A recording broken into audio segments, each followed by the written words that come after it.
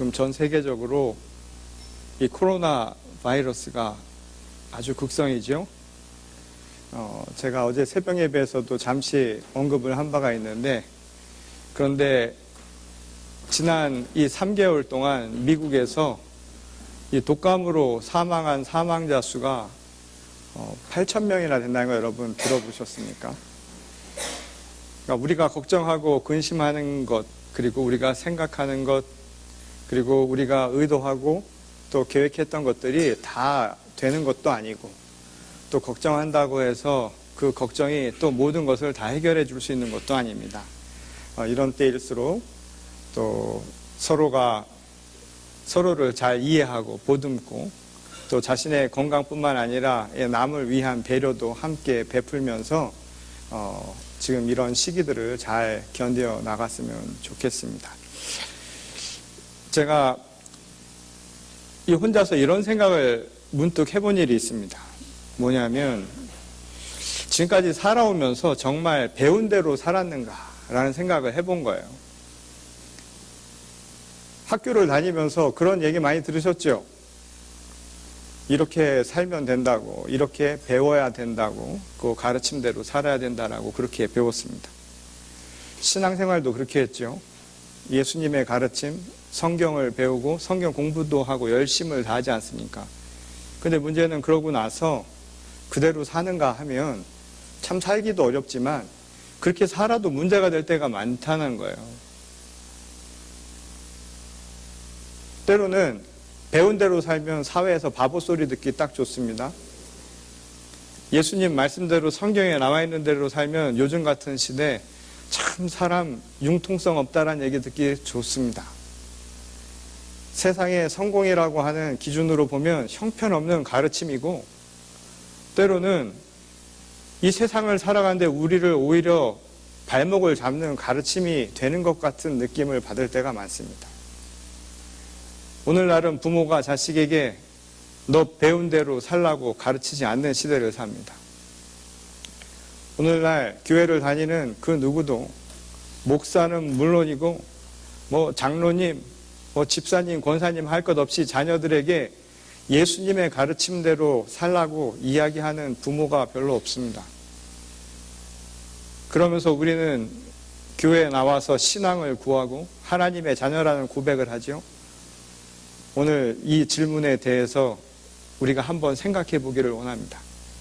오늘 로마서 말씀을 우리가 함께 읽었는데, 여러분 다시 이 말씀을 향해서 나아가면서 이 질문에 대해서 스스로 한번 답변을 해보시기 바랍니다.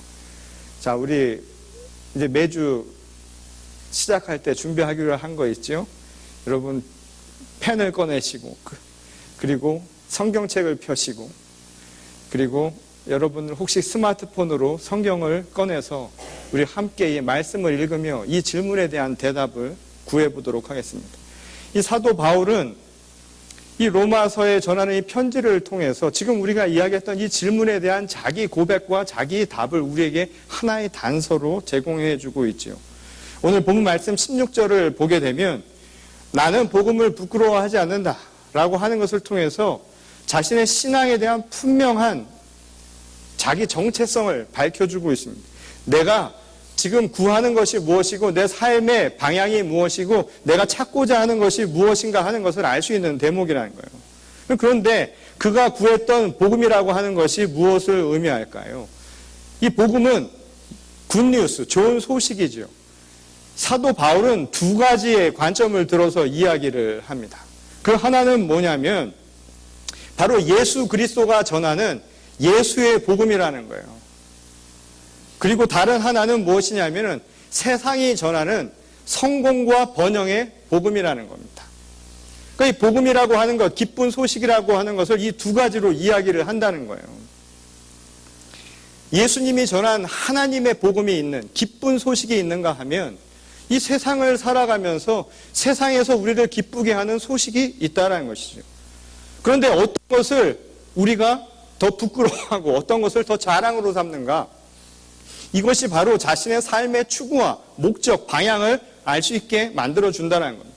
쉽게 이야기하면 무엇을 여러분 자랑으로 삼는가를 생각을 해보면 더 정확하게 알 수 있죠. 여러분, 무엇이 자랑거리입니까? 여러분 삶의 자랑거리가 되는 게 뭐예요? 예수의 복음을, 하나님이 주신 그 말씀이 내 삶의 기쁨이 되어서 이게 자랑거리라고 생각을 하시냐 이 말인 거예요. 이걸 알면 무엇을 부끄러워하고 무엇을 부끄러워하지 않는지를 우리는 안다라는 거예요. 자녀들에게 가르칠 때도 성공과 번영이라고 하는 것을 여러분 삶의 목적과 방향으로 가르쳐 오지 않으셨습니까?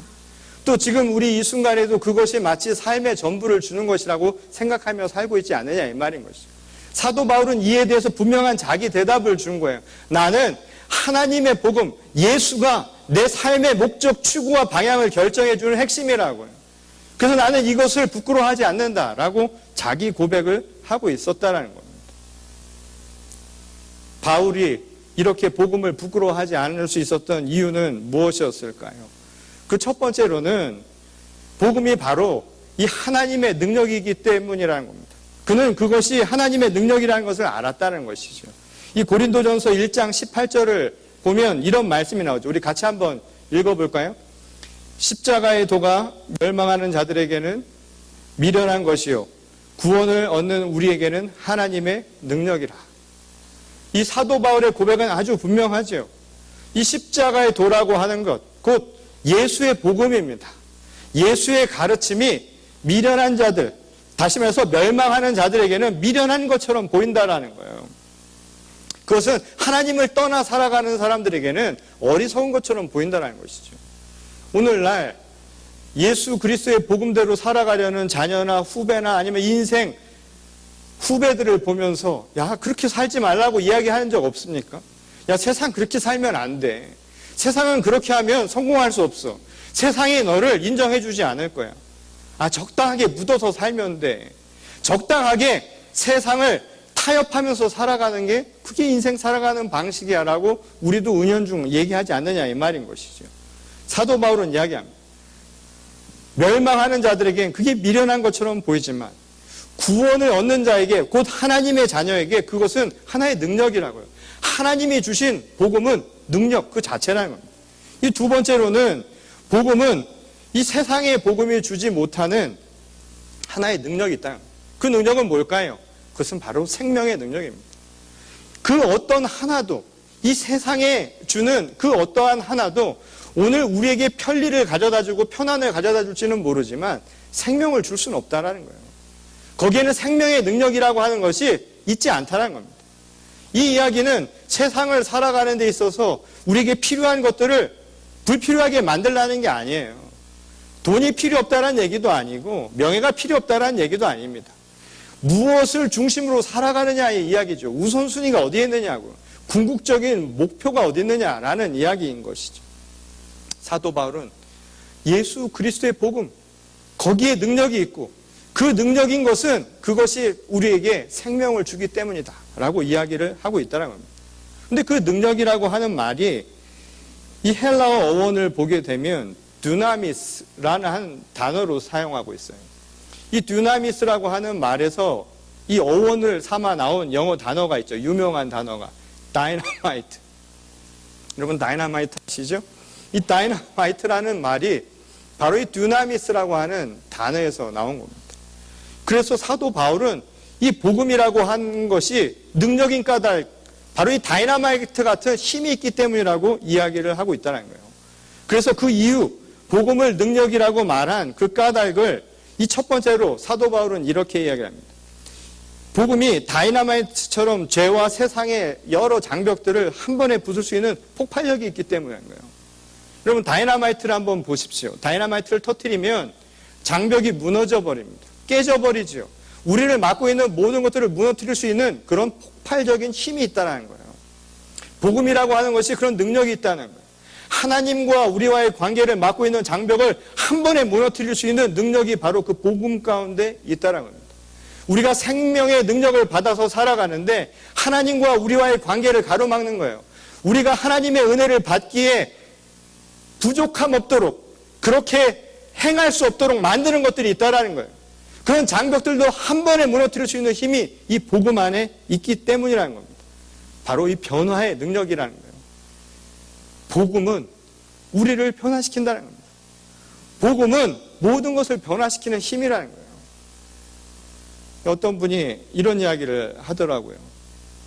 사람은 변화시키는 게 아니라고요. 사람은 바꿔 쓰는 게 아니라는 거예요. 왜냐하면 사람은 안 변한다는 거예요. 그러고 보면 무슨 황소고집 같은 게 다 있지요. 특히 나이 드시면 얼마나 고집들이 세지시는지 저도 요즘 들어서 드는 생각이 뭐냐면 잘 안 바뀌어요.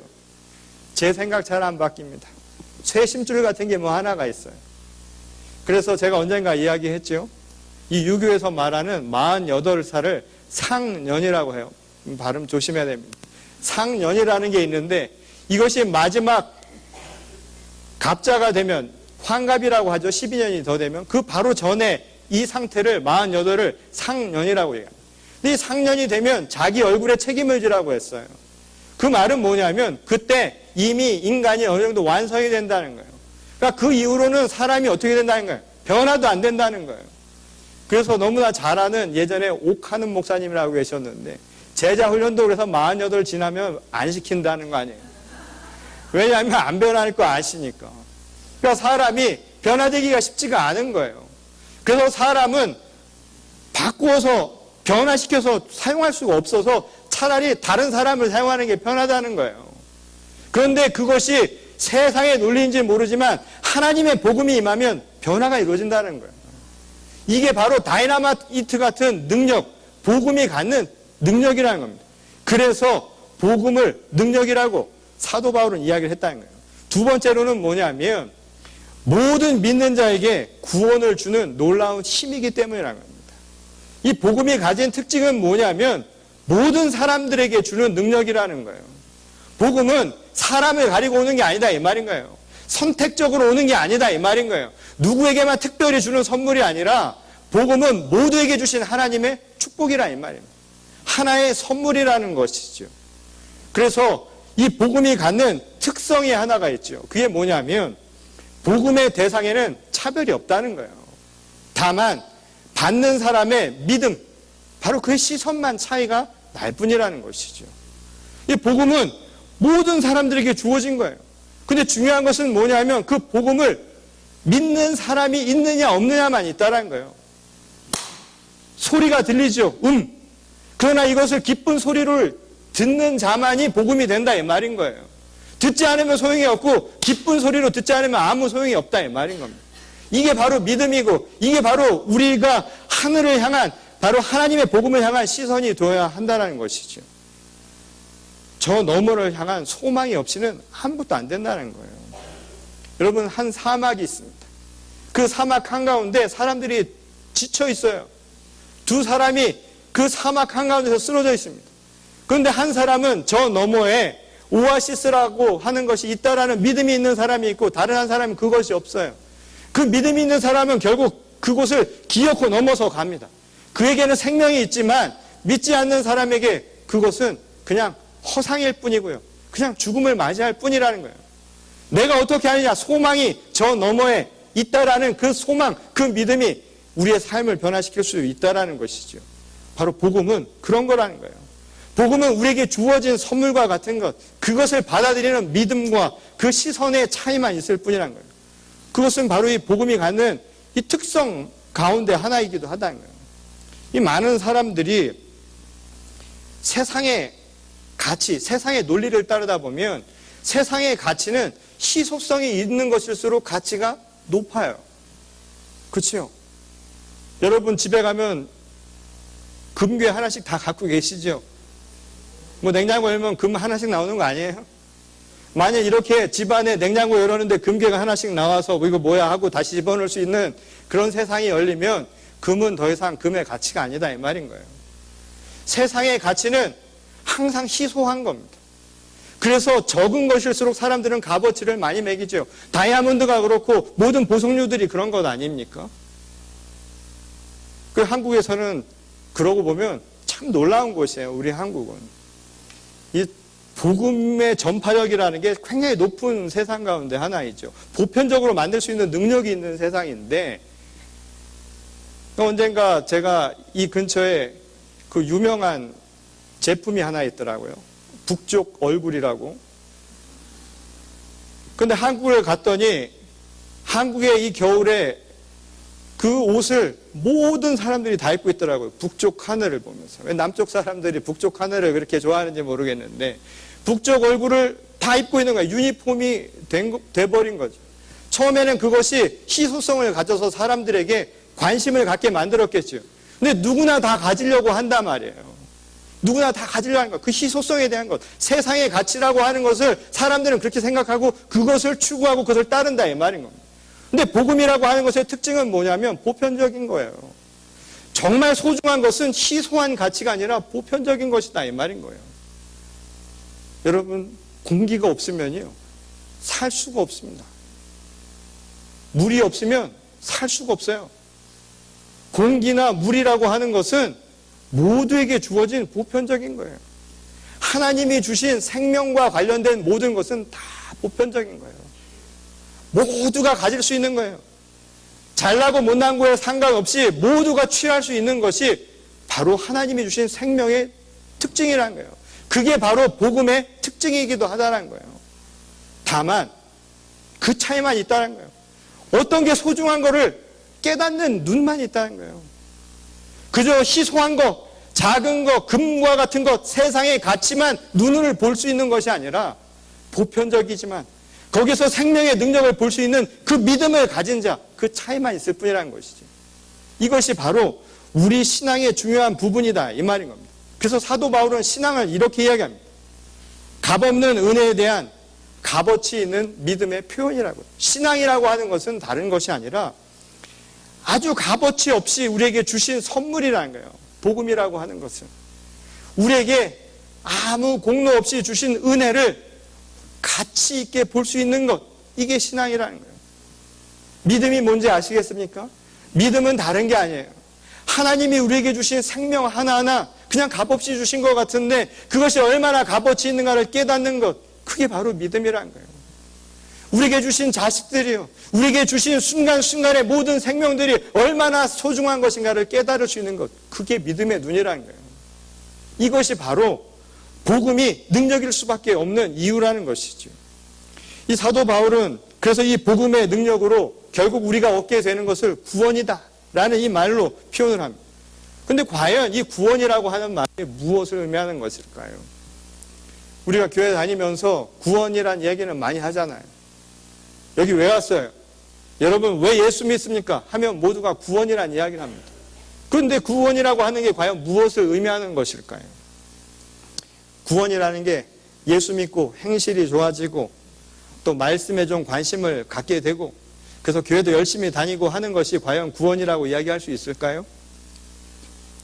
교회 등록을 해서 세례도 받고 명부에 이름을 올렸으니 하늘 그곳에서도 내 이름이 올랐을 것이다. 그러니 나는 구원받았을 것이다. 그렇게 여러분 구원을 확신하고 계십니까? 그게 정말 구원일까요? 근데 이 성경에 보면 사도 바울은 이렇게 얘기합니다. 이 구원이라는 말을 이 원어로는 소테리아라는 단어를 사용했는데 이 말의 의미가 뭐냐면 어디에서 어디로 옮겨갔다라는 뜻이에요. 옮겨주었다. 우리가 흔히 구출했다라는 이야기를 하죠. 구원이라고 하는 말의 어원은 바로 이겁니다. 어디에서 어디로 구출해 준 거예요. 어디에서 어디로 사람을 옮겨준 거예요. 그게 무엇을 의미하느냐? 죽음에서 생명으로 움직인 것. 이게 바로 구원이라는 거예요. 구원의 첫 번째 의미는 바로 죽음에서 생명으로 움직이는 것. 구원에서 생명의 길로 나가는 것. 이게 바로 구원이다라고 사도 바울은 이야기한 겁니다. 복음의 능력을 믿는 자가 얻는 것이 바로 이러한 구원이라고 사도 바울은 이야기를 했다는 거예요. 그런데 이 말이 이 성경에 몇 번의 사례가 나옵니다. 그 첫 번째가 뭐냐면 이 deliverance라고 하는 의미로 쓰여진 구원의 의미를 담고 있는 말 중에 하나가 첫 번째가 바로 출애굽이란 말이에요. 여러분 출애굽의 영어 장 이름이 뭔가요? 엑소더스죠. 이 엑소더스라고 하는 말은 사실 헬라어 원문에서 나온 것이죠. 엑스호도스라고 하는 그릭에서 따온 말입니다. 근데 이 엑스라고 하는 말은 뭐뭐 밖으로라고 하는 이 전치사고요. 이 앞에 호라고 하는 건 정관사, 그리고 도스는 길이라는 뜻이에요. 그러니까 길 밖으로 나갔다라는 거예요. 그 말은 뭐냐면 내가 가던 길이 잘못된 것을 알고선 다른 길로 옮겨간 상황을 의미한 거예요. 누군가 그것을 옮겨준 거예요. 내가 움직인 게 아니라 누군가 나를 옮겨준 상황입니다. 하나님이 모세를 통해서 애굽 땅에서 그들을 구출해낸 그 상황을 엑소더스라고 이야기를 한 거예요. 길을 바꿔준 것이죠. 무슨 길입니까? 노예의 삶에서 이제 자유의 몸으로 움직여준 거예요. 구속의 삶에서 자유의 삶으로. 그리고 그곳은 세상의 권력이 지배하던 세상에서 하나님의 언약이 지배하는 가나안 땅으로 옮겨가는 사건이었죠. 엑소더스란 바로 그런 의미라는 거예요. 이게 바로 구원이라는 거예요. 죽음의 땅에서 생명의 땅으로 옮겨진 것. 이게 바로 구원의 모습이라는 것이죠. 이와 유사한 또 다른 사례가 한 가지가 나오는데 바로 세례와 관련된 이야기입니다. 이 고린도전서 10장 2절에 보면 이런 이야기가 나옵니다. 사도 바울이 모세에게 속하여 다 구름과 바다에서 세례를 받고 라는 이야기가 나옵니다. 이 이야기는 참 의아하죠. 왜냐하면 모세에게 속하여 다 구름과 바다에서 세례를 받았다. 이 이야기는 출애굽 사건의 한 상황을 묘사하고 있는 이야기예요. 홍해를 건너는 이야기죠. 홍해를 건널 때 그 모습을 사도 바울은 뭐라고 얘기를 했냐면 세례받는 거라고 얘기했어요. 물 사이를 가는 게. 그 세례라고 하는 말의 의미를 어떻게 정의를 내린 거냐 하면 죽음의 땅에서 생명의 땅으로 건너가는 것, 세례라고 하는 게 바로 그런 의미라는 거예요. 여러분 물 세례를 받으셨죠? 물 세례의 의미라는 게 뭔가요? 죽었던 내 영혼이 성령의 세례를 받고 다시 하나님의 자녀로 거듭난 거예요. 죽음의 땅에서 생명의 땅으로 옮겨간 거예요. 구원을 받은 사건이라는 겁니다. 이것이 바로 성경에서 말하는 구원의 또 다른 표현 중에 하나입니다. 세 번째로는 이 별세라고 하는 말입니다. 이 말은 누가복음 9장 31절에 보면 마지막 예수께서 십자가에 달려 돌아가시는 상황을 묘사하며 이렇게 이야기합니다.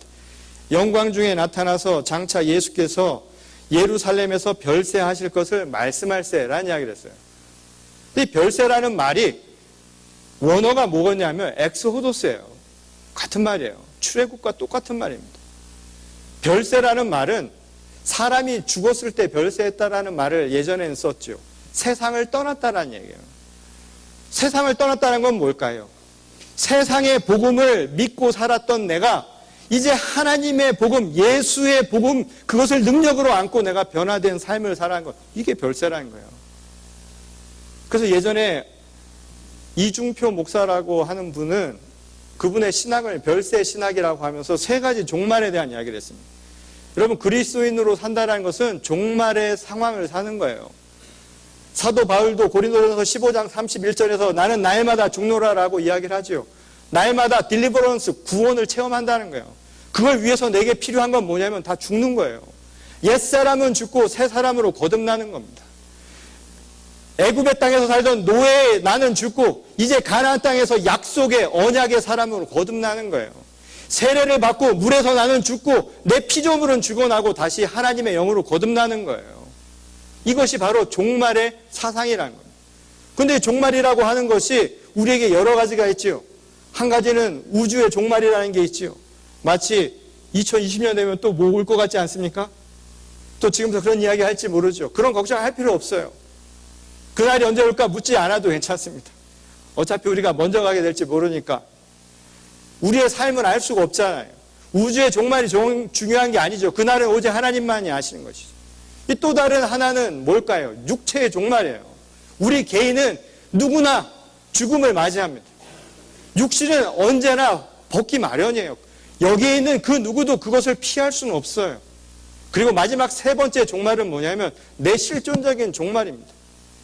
내 죽어갔던 내 자아가 다시 살아나는 것, 죽은 자아가 되는 것, 그래서 다시 살아날 수 있는 자아로 변화되는 것, 이게 바로 실존적인 종말을 경험하는 거라는 거예요. 그래서 오늘 우리에게 사도 바울은 이야기 하나 합니다. 살아있는 우리들에게 지금 필요한 것은 뭐냐면 이러한 실존적인 종말을 날마다 맞이해야 된다는 거예요. 이게 바로 구원이라는 거예요. 죽음에서 생명을 날마다 경험할 수 있어야 되는 거예요. 그러니 나는 날마다 죽노라라고 하는 고백들이 우리 삶에 계속적으로 반복이 되어야 한다는 거예요. 이 두 번째로 이 구원이라고 하는 것을 사도 바울은 무슨 얘기를 하냐면 부활을 통해서 영원한 하나님 나라의 생명을 받는 거라고 했어요. 첫 번째 것이 오늘 살아서 얻는 구원이라고 할 수 있다면, 두 번째는 우리 육신의 종말이 맞이했을 때 우리가 어디로 갑니까? 라는 그 질문에 대한 해답이라고 할 수 있겠죠. 부활을 통해서 영원한 하나님 나라의 생명을 얻는다는 것. 이 고린도전서 15장 48절과 49절 말씀인데 우리 같이 한번 한 목소리로 읽어보겠습니다. 우리가 흙에 속한 자의 형상을 입은 것 같이 또한 하늘에 속한 자의 형상을 입으리라. 형제들아, 내가 이것을 말하노니 혈과 육은 하나님 나라를 유업으로 받을 수 없고 또한 썩은 것은 썩지 아니한 것을 유업으로 받지 못하느니라. 아멘. 지금 사도 바울은 이런 이야기를 합니다. 흙에 속한 자로 우리가 살아가죠. 육신은 세상의 복음이라고 하는 것을 따라 살아갑니다. 그렇지만 하늘에 속한 자가 되기 위해서 우리는 하늘에 속한 자의 합당한 형상, 그런 사람으로 변화가 되어야 된다는 거예요. 이게 바로 구원이란 거예요. 언젠가 우리의 육신이 다할 때 하나님이 우리를 부르신다는 겁니다. 그 모습은 이 땅에서 살아가는 형상과는 다른 모습이라는 거예요. 영의 옷을 입고, 그래서 썩지 아니하는 영원한 생명을 바로 하나님 나라에서 유업으로 받는다. 그 말은 뭘까요? 유산을 받는다는 것은 하나님 나라의 자녀가 되었다는 것이죠. 이게 바로 구원의 의미라는 거예요. 구원은 하나님 나라의 자녀가 되는 겁니다. 하나님의 자녀가 되는 것이고 하나님 나라의 시민이 되는 거예요. 그러니 기뻐할 것은, 내가 자랑할 것은 바로 하나님 나라의 시민권을 얻은 게 기쁨이 되어야 한다, 이 말인 거예요. 제가 작년에 드디어 미국 사람이 되었습니다. 작년에 이 미국 시민권을 받은 것이죠. 목사님들 모임에 가서 각자 한 주 또 지나간 시간 동안 뭐가 있었나 체킹하는 시간이 있어서 저에게 묻길래 제가 코리안 아메리칸이 되었다라고 이야기를 했더니 박수를 얼마나 쳐주는지 몰라요. 축하한다는 거예요. 뭘 축하냐 했더니 미국 시민이 되었으니까 미국 시민으로서 얼마나 많은 특권을 받고 얼마나 큰 축복을 받는지 축하한다는 거예요.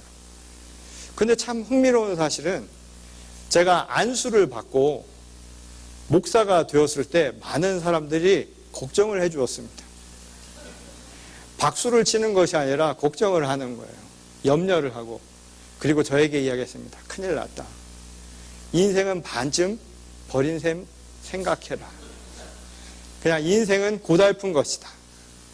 그리고 십자가 짊어지라. 뭐 이런 이야기들을 주로 들었습니다. 사도 바울이 우리에게 이야기하는 거예요. 복음이 부끄럽지 않은 이유, 그것은 능력입니다. 그 능력은 우리에게 구원을 줍니다. 그 구원의 핵심은 뭔지 아십니까? 하나님 나라의 시민이 되는 거예요. 구원은 바로 이런 거라는 거예요. 그래서 이것을 부끄러워하지 않고 이것을 내가 자랑스러워하고 가장 기뻐한다라는 것이죠. 그런데 말이죠, 이게 그러면 어떻게 해서 이루어지겠느냐는 거예요. 이 모든 것이 그럼 지금 우리들의 노력의 결실이냐라는 것이죠. 그래서 17절에서 사도 바울은 이렇게 이야기를 하죠. 하나님의 의가 복음에 나타나서 이루어진 것이라고요. 하나님의 의가 복음에 나타난다라고 이야기를 했습니다. 이게 무엇을 의미하는 걸까요? 이 첫 번째 그 말의 의미는 이 하나님의 의, 바로 이거 자체가 복음의 능력이라는 거예요. 의라는 말이 성경에 자주 나오죠. 이 의라고 하는 것은 그게 아닙니다. 우리가 서로 사람은 의로 살아야 된다라고 이 한국 사람들 의리 뭐 이런 이야기 하잖아요. 그런 의가 아니라 이 의는 법정 용어입니다. 여러분, 신약에 사도 바울이 이야기한 대부분의 이야기는 다 법정 용어예요. 그렇게 생각하시면 됩니다. 의는 무엇을 의미하냐 하면 법정에서 판결을 내린 겁니다. 뭐라고? 의라고. 그 말은 innocent하다는 거예요. not guilty라는 뜻이에요. 죄가 없다는 뜻입니다. 그러니까 복음 안에 의가 있다는 건 뭐예요? 복음은 곧 예수 그리스도 아닙니까? 그리스도 예수 안에, 그 안에 심판의 결과가 있다라는 거예요. 거기에 진정한 선이 있고 그 안에 진정한 진리가 있고 그 안에 진정한 생명의 길이 있다는 겁니다. 그래서 예수께서 내가 곧 길이요 진리요 생명이라고 하신 까닭이 바로 여기에 있는 거예요. 하나님의 의가 바로 복음 예수 그리스도 안에 있기 때문에. 그러니 우리가 의롭다함을 얻을 수 있는 것, 구원을 얻을 수 있는 것은 오직 한 길밖에 없다는 거예요. 예수 그리스도밖에 없다는 것이죠. 이 두 번째는 하나님의 의가 복음에 나타난다는 말은 사람이 스스로 의인이 된다는 것을 의미하는 게 아니라는 거예요. 스스로 노력해서 되는 게 아니라는 것이죠. 구원은 사람의 노력이 아니라 복음을 통해서 하나님이 스스로 나타나신 거라는 거예요. 구원은 하나님이 주신 선물이라는 거예요. 선물을 달라고 해서 받으면 그게 선물 아니잖아요. 그건 강요잖아요. 우리가 기도하는 것도 그래서 하나님을 멱살잡이해서 하면 안 된다 이 말인 거예요. 작년 어느 집회선가 어느 목사님이 멱살잡이 한다라고 이야기를 했다는데 말도 안 되는 거 아닙니까? 하나님이 멱살잡이해서 주시는 축복이 아니라 축복은 선물입니다. 그건 여러분 모두에게 주신 하나님의 선물이라는 거예요. 사랑의 표징일 뿐이다라는 겁니다. 세 번째는 그렇기 때문에 이 모든 것은 우리의 믿음을 근거해서 일어난다는 거예요. 하나님의 의라고 하는 보편적인 이 구원의 역사가 우리에게 주어졌습니다. 근데 문제는 이것이 그냥 드러나는 것이 아니라 우리의 믿음이라고 하는 시선을 통해서만 나타난다는 거예요. 믿음이라고 하는 그릇이라고 한번 생각해 보세요. 비가 내리지요. 여러분 비 내리는 건 보편적인 것 아닙니까? 우리가 살아가는데 비가 내리지 않으면 물이 없어요. 그러니까 하늘에서 비는 내려야 됩니다. 생명이에요. 보편적인 하나님의 축복입니다. 근데 중요한 것은 믿음을 통해서만 그 비가 생명이 될 수 있습니다. 그걸 담아야 되니까. 내가 담아야 됩니다. 그걸 담는 행위예요. 믿음은. 그리고 담고 가만히 있으면 어떻게 돼요? 죽은 물은 먹을 수 없잖아요. 끊임없이 그래서 물은 갈아줘야 됩니다. 이게 바로 성화예요. 구원은 바로 이런 과정입니다. 내가 하나님의 그 축복을 아는 깨달음, 바로 그 믿음과 그리고 그것을 끊임없이 되살리려고 하는 내 신앙적인 노력들, 그리고 그것을 통해서 섭취할 수 있는 그 믿음, 이것이 될 때 구원은 완성이 된다는 거예요. 그러니 구원은 하나님의 의는 바로 우리가 하나님을 믿는 이 믿음으로 말미암아서 얻고 그것을 통해서 보전이 되고 또 그것을 통해서 완성이 되는 것이라는 겁니다. 이게 바로 사도 바울이 이야기하는 하나님의 의가 복음에 나타난다라고 하는 말의 의미였다는 거예요. 그리고 우리에게 유명한 말을 남기죠. 오늘 로마서 1장 17절의 이 말씀은 지금 2000년 기독교 역사에서 아주 중요한 명제가 되기도 하고 많은 성인들을 변화시키기도 하고 많은 기독교인들을 변화시켰던 중요한 말씀이죠. 그 말씀의 어원이 됐던 곳은 바로 하박국 2장 4절의 말씀입니다. 우리 같이 한번 하박국 말씀을 같이 한번 읽어볼까요? 찾으신 분들은 찾아보시고요. 하박국 2장 4절 말씀입니다. 같이 읽겠습니다. 보라, 그의 마음은 교만하며 그의 속에서 정직하지 못하니라. 그러나 의인은 믿음으로 말미암아 살리라. 의인은 믿음으로 산다는 거예요. 그럼 그 의인이라고 하는 것은 아주 간단한 것이죠. 아까 의라는 게 뭐였어요? 죄가 없다는 것 아닙니까? 죄가 없다는 게 뭐예요? 구원을 얻는다는 것 아닙니까? 구원을 얻는다는 게 결국 뭔가요? 하나님 나라에 살 수 있다는 것 아닙니까? 시민이 된다는 것. 하나님 나라에 살 수 있다는 게 뭔가요? 하나님으로부터 유업을 받을 수 있는 자녀가 되었다라는 증거가 되었다는 겁니다. 이것이 된 사람이 바로 의인이라는 거예요. 근데 의인은 오직 믿음으로 말미암아 얻는다라는 거예요. 우리가 너무나 잘 아는 이신득의, 이신칭의라고 하는 말이 바로 여기서 나온 말이죠. 의인이라고 하는 것은 그래서 이 의미를 가져내는 거예요. 첫 번째가 도덕적으로 깨끗한 자가 아니라 믿음으로 하나님께 의로움을 얻은 자여야 되는 거예요. 심판은 내가 내리는 게 아니에요. 지난주 우리가 이 로마서 말씀을 하면서 선한 의지도 하나님께 맡기라고 이야기를 했죠. 선하고 안 선하고는 내가 하는 것이 아니라 하나님이 결정할 문제라는 겁니다. 심판은 하나님께 달려져 있는 거예요. 그러니 모든 것을 하나님 앞에 맡길 수 있는 믿음이 우리에겐 필요하다는 겁니다. 그러니 겸손해야 되는 거예요. 그러니 늘 겸손할 수 있어야 되는 겁니다. 보이는 행실이야 그럴듯해 보일 수 있겠죠. 사람들이. 그럴 것 아닙니까? 저도 보기에는 목사로 보기에 큰 하자가 없어 보이면 보이기엔 그렇게 보일 것 아닙니까? 그러나 그 내면의 세계는 알 수가 없는 것이죠. 그 누구도 알 수 없다 이 말인 거예요. 그 죄라고 하는 것은 이루 말할 수 없다라는 겁니다. 그러니 의롭다 함은 내가 아니라 오직 하나님을 통해서 얻을 수 있다는 거예요. 그 믿음이 우리에겐 필요하다는 겁니다. 두 번째는 의인은 양심을 가진 자라는 거예요. 여러분, 양심이 영어로 뭔가요?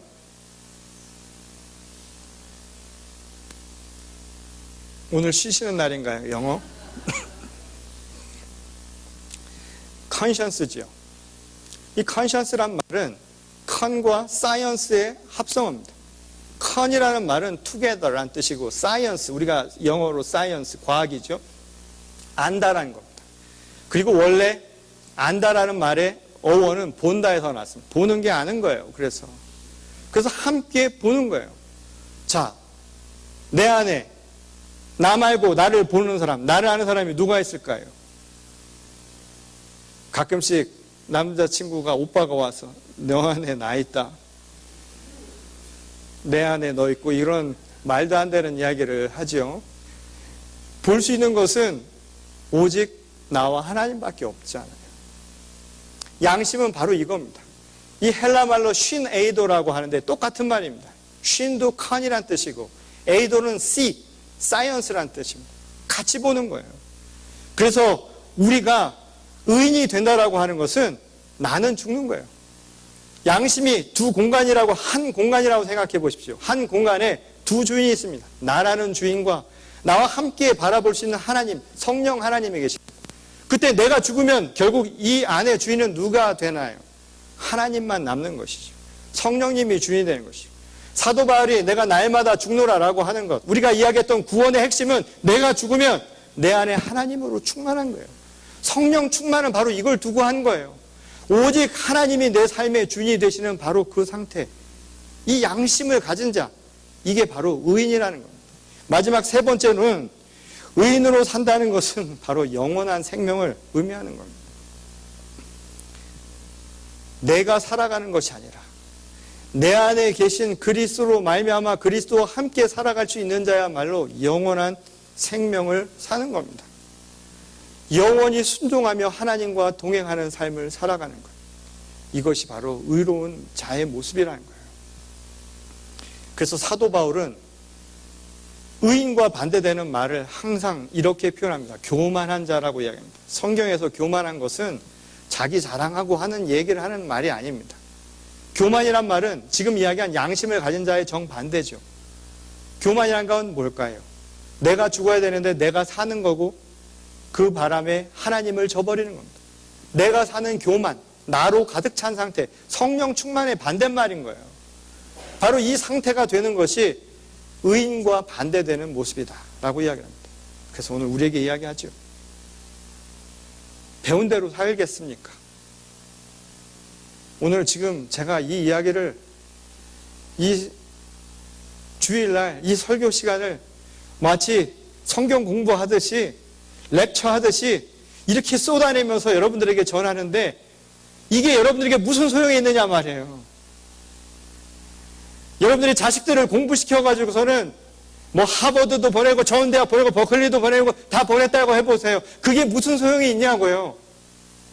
오늘 이 질문에 대한 대답을 여러분 한번 찾아보십시오. 여러분들이 부끄러워하는 게 뭐냐 말이에요. 여러분들이 자랑으로 삼는 인생의 삶이 뭐냐고 말이에요. 자식이 비록 이 세상에서의 복음에 걸맞지 않게 거기에서는 밀려 살아가는지 모르더라도 예수 그리스도의 복음 속에서 의롭게 살아간다면 칭찬해 줄 수 있어야 될 것 아닙니까? 자랑스러워해야 될 것 아닙니까? 부끄러워하는 자녀가 아니라 정말 감사해야 할 자녀가 돼야 될 게 아닙니까? 오늘 내가 신앙인으로 살아간다는 것, 그런 모습 아닐까요? 오늘 이 자리에 계신 여러분들 가운데 하나님의 복음이 임하셨다면, 내가 지금 의인이 되어서 하나님의 구원 가운데 임하였다라는 확신을 갖고 있다면 여러분 자신을 그래서 자랑하며 축복해 주시기 바랍니다. 오늘 하나님의 의가 여러분에게 임한 줄 믿습니다. 오직 믿음으로 이 하나님의 의가 우리 가운데 임하는 역사가 이루어질 줄 믿습니다. 금년 한 해 오늘 이 믿음으로 주님과 동행하며 하나님이 주신 이 의로운 복음을 하나님 앞에 감사 올려드리고 그리고 그것을 내 자랑으로 삼고 부끄러워하지 않으면서 오늘 주어진 삶을 복되게 살아가는 저와 여러분 모두가 될 수 있기를 주님의 이름으로 간절히 축원합니다. 우리 다 같이 기도하시겠습니다. 주님, 오늘 우리에게 주시는 말씀을 다시 한번 되돌아보며 우리 스스로 재질문하기를 원합니다. 하나님, 정말 우리가 배운 대로 살고 있는 것이 맞았는가? 또 우리는 배운 대로 살기 위해 지금 마음의 다짐과 결의를 다지고 있는가? 세상의 풍조를 좇지 말라고 하셨음에도 불구하고 여전히 삶의 궁극적인 목표와 진리가 거기 있는 것처럼 살고 있는 것은 아닌가? 오늘 우리에게 주시는 하나님의 뜻을 다시 한번 헤아리며 오직 믿음으로 우리에게 주신 하나님의 의를 생각하며 복음의 능력을 따를 수 있는 주의 거룩한 성도들이 되게 하여 주시옵소서. 오늘 이 시간 믿음 가운데 바로 선 모든 자들을 하나님께서 축복하시고 시리에 빠진 자들, 낭망한 자들, 영혼이 상처받은 자들, 그 육신의 아픔을 거둔 모든 이들에게 하늘의 축복을 허락하여 주시옵소서. 모든 것 함께 하시는 우리 주 예수 그리스도의 이름으로 간절히 기도드렸습니다. 아멘. 오늘은